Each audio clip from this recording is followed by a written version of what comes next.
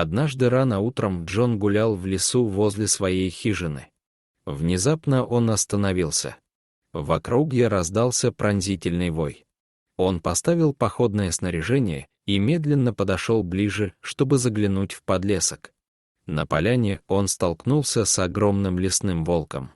Его ноги, казалось, попали в ловушку, и он попытался освободиться.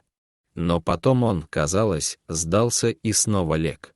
Волк выглядел усталым, словно потерял всякую надежду. Джон был потрясен. Он хотел помочь животному. Но, подойдя ближе, он испугался и попытался натянуть цепи. Волк зарычал, и его волосы встали дыбом. Но больше от страха, чем от реального гнева. Джон попятился, не желая рисковать навредить себе. Но тут он заметил то, чего не ожидал. Волк явно был самкой. Но это само по себе не было удивительным. Ее соски были полны молока. Это означало, что где-то должны быть младенцы, с нетерпением ожидающие свою мать, и если они еще живы. Кормящие щенки не могут прожить очень долго без своей матери. Если Джон хотел воссоединить щенков с их матерью, ему нужно было действовать быстро. Но он не мог приблизиться к животному, не опасаясь, что волк причинит ему боль. Потому что дикое животное было непредсказуемо в такой стрессовой ситуации. Волк почти умирал. Похоже, она потеряла много крови из-за травмы ноги. Если его оставить в покое, это будет верная смерть. Джон не хотел, чтобы это зашло так далеко. После всего, что он уже испытал в своей жизни, он стал человеком, который никогда не сдается. Он также не был готов отказаться от этой умирающей волчицы. Он знал, что каждая потерянная секунда может означать, что ни эта волчица, ни один из ее детенышей не выживут. Он должен действовать сейчас. Не зная, как вытащить волчью ногу из капкана, Джон набрался храбрости. Он нежно коснулся ее лапы. К его удивлению, она не ответила. Она уже совсем ушла. Это было сейчас или никогда. Он осторожно держал голову волка одной рукой. Другой рукой он нажал кнопку на ловушке, чтобы освободить ее. Но она не открылась. Она застряла. Он также был согнут, что, вероятно, и произошло, когда волк попытался убежать. У Джона не было времени думать. Он схватил камень и нажал кнопку открытия ловушки. Он хлопал по ней, пока она не открылась. Потом он изо всех сил поднял волчицу на плечо и потащил ее к себе в хижину. Это было всего в нескольких сотнях метров, но это все равно заняло у него почти час. Он поставил волка у камина. Она была полностью переохлаждена. Когда дом прогрелся, он смог увидеть раны волка, которые он очистил и обработал своей аптечкой. Джон получил медицинское образование и точно знал, что делать.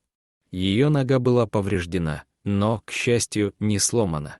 Если бы он ждал дольше, она бы точно лишилась ноги.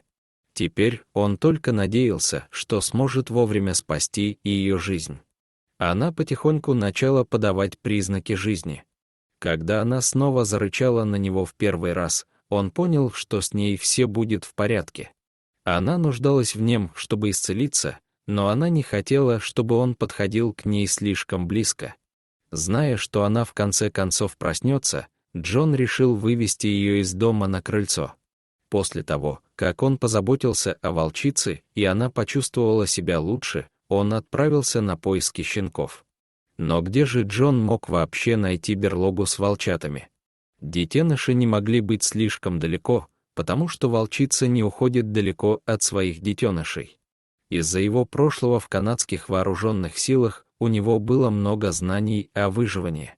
Ему придется использовать все свои навыки, чтобы спасти младенцев. Он обыскал местность в поисках подсказок и, наконец, нашел то, что искал. После долгих поисков кое-что попалось мне на глаза. Он был спрятан, но в земле была дыра. Надеюсь, это была та самая пещера, которую он искал. Единственная проблема теперь заключалась в том, чтобы вывести волчат. Их приучили оставаться дома, пока они не услышат свою мать, даже если это может означать их смерть. Джон был полон решимости сделать все возможное. Он попытался изо всех сил, зовя волка. Ничего не произошло. Он попытался снова. Но все равно ничего. Он как раз думал, не опасно ли заходить в пещеру, как вдруг вышел маленький крохотный волк. Он выл от голода. Вероятно, это была одна из главных причин, по которой он рискнул выйти наружу, не услышав голоса своей матери. После того, как появился первый ребенок, вскоре последовали и остальные. Зная, что он никогда не сможет нести все 4, он аккуратно сложил их все в сумку и запечатал ее. Джон должен был проверить, нет ли в берлоге других детенышей. Засунуть голову в волчье логово — плохая идея. Но мысль о том, что он мог оставить кого-то позади, была неприемлемой. Он должен был убедиться. Он лег на живот и заполз внутрь. К счастью, она оказалась не такой глубокой, как он себе представлял. Мужчина обыскал пещеру, но других волков не было видно. Он мог покинуть это место с чистой совестью, зная, что там не осталось щенков. Он схватил мешок со щенками и вернулся к их матери. Было нереально нести сумку с волчатами. Животная мать, должно быть, услышала ее тихое хныканье, когда он приблизился. Потому что она начала плакать. Он осторожно уложил щенков и подпустил их к матери по одному. Он надеялся, что его запах на щенках не заставит мать отказаться от них. Щенки узнали свою мать и все побежали прямо к ней. Они понюхали ее, и Джон на мгновение затаил дыхание. Узнает ли она их? Крепкая авантюристка расчувствовалась, когда начала лизать щенков. Она легла, и вскоре щенки радостно стали пить. Волчица уже некоторое время была с Джоном, и она, должно быть, голодна и хочет пить. Он принес ей несколько кусков мяса и бросил их ей по кусочкам. Она могла не доверять ему, но с радостью принимала пищу, которую он ей давал. У нее не было другого выбора. Джону приходилось выходить каждый день за рыбой или мясом для волков и дровами, и он оставлял свою дверь открытой, чтобы волчата могли зайти погреться. Но он не ожидал, что они пригласят друзей в гости. Но именно это и произошло. Когда Джон однажды вернулся, он испытал сильное потрясение. Его сад кишел целой стаей волков. Они пришли проверить волка. Должно быть, это ее семья искала волчицу и ее детенышей. Но он не был готов к встрече со стаей волков в своем саду. На мгновение Джон застыл в страхе. Щенки прибежали к нему и были так счастливы видеть своего друга. Но все большие волки повернулись, зарычали и встали, подняв шерсть. Похоже, они были готовы к атаке. Внезапно один из волков громко залаял. Это была волчица, которой помог Джон.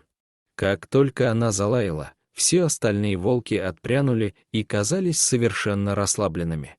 Тем не менее, Джон не недооценивал опасность волчьей стаи. Он быстро вошел в свою хижину и запер за собой дверь. Еще через несколько дней Джон увидел, что волку становится все лучше и лучше. Вскоре она смогла вставать и даже ходить несколько дней спустя. Еще через несколько дней, однажды утром, она залаяла на своих щенков, и все они встали и последовали за ней. Джон понимал, что они уйдут навсегда. Он никогда больше не видел ни стаю, ни волка, ни детенышей. Но он знал, что 4 маленьких волчонка и волчица обязаны ему жизнью. Если эта история тронула вас так же сильно, как и нас, вам стоит подписаться на наш канал. До свидания.